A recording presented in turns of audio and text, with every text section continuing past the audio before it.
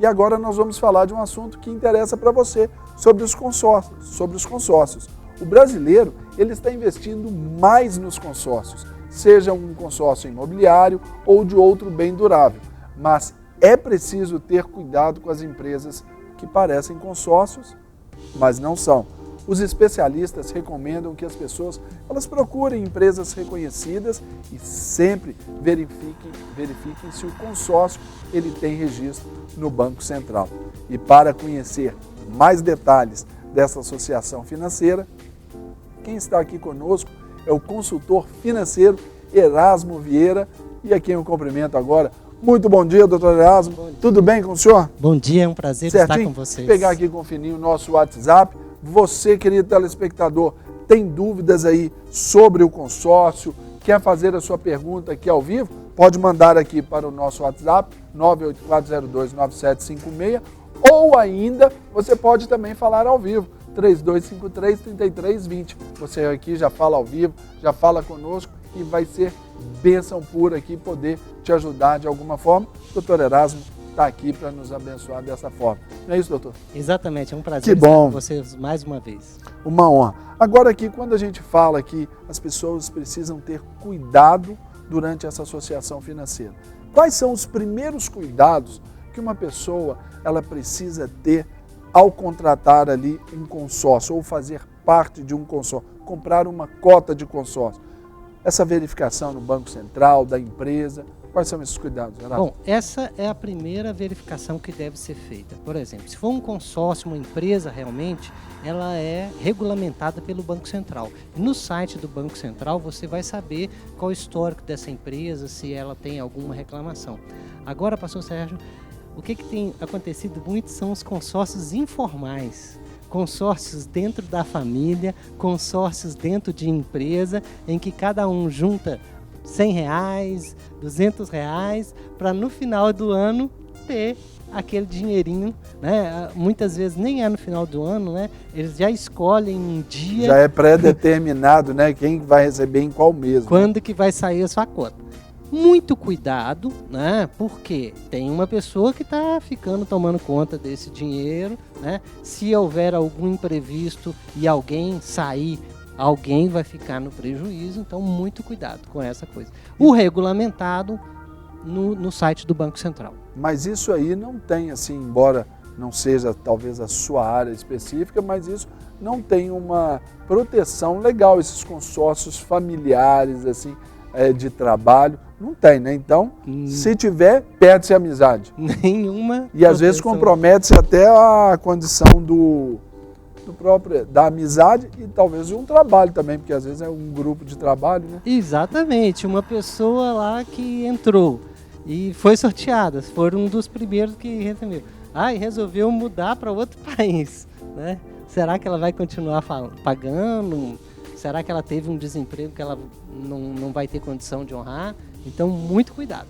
E eu lembro de uma situação que eu vivi muito de perto, onde até dentro desse próprio consórcio de trabalho, eles convencionaram que eles poderiam até emprestar esse dinheiro para uma pessoa, lá para quem de confiança.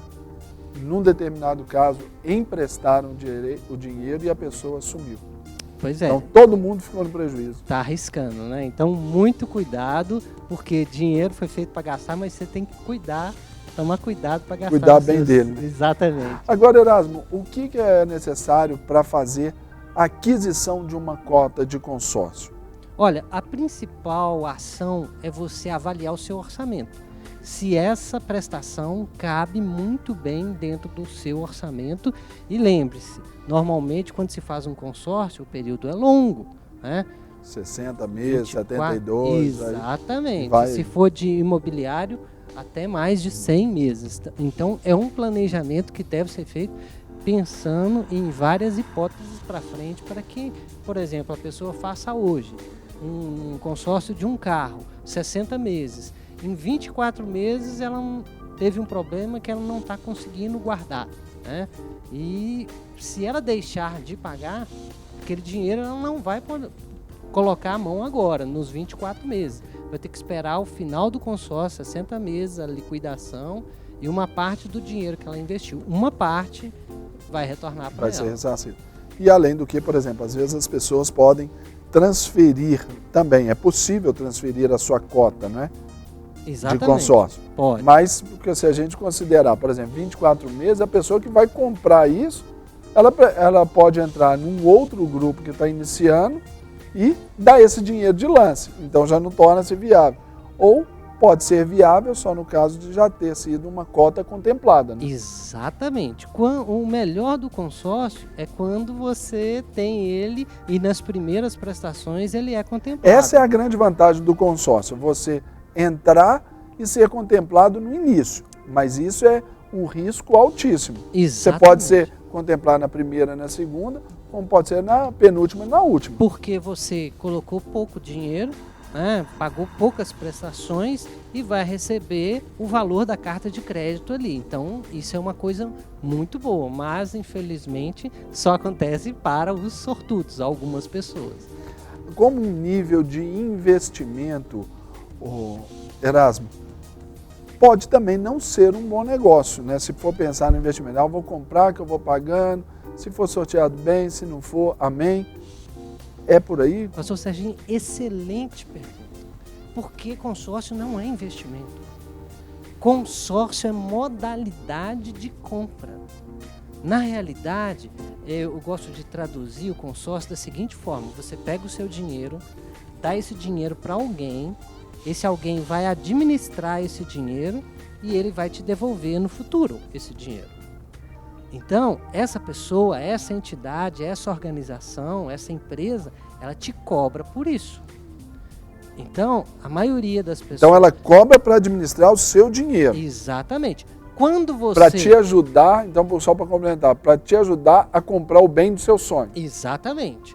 O melhor do consórcio é o compromisso que a pessoa faz de todos os meses estar depositando aquele valor. Culturalmente é uma prática brasileira. No mundo não se tem muito consórcio. Não, é justamente por conta da falta de educação financeira, falta do planejamento, que no Brasil o consórcio é tão interessante, uma ferramenta tão utilizada. Então, normalmente, se você somar todas as prestações que você pagou ao consórcio, né, com todas as taxas, sempre você vai receber menos do que você pagou. Por quê? Porque teve a taxa de administração. Por isso, consórcio não deve ser levado como um investimento, porque ele não te traz retorno financeiro. Ele está te comprando um bem, é uma forma de compra. Lógico que se você utilizar um consórcio e for sorteado, comprar um bem, por exemplo, um apartamento, e esse apartamento valorizou, você pode até ganhar, mas se desvalorizar, a ferramenta de compra que foi o consórcio, não foi uma forma de investimento. Agora, considerando, por exemplo, o consórcio, Erasmo, a gente tem que pensar, como você diz aí, na prestação, aí tem a taxa de administração.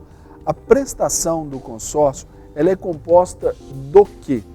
Há ainda a taxa de adesão para você participar de um grupo de consórcio? Normalmente está tudo embutido, eles te mandam um extrato que você pode ver várias coisas ali. Ali está escrito taxa de inadimplência, ali está escrito seguro. Né?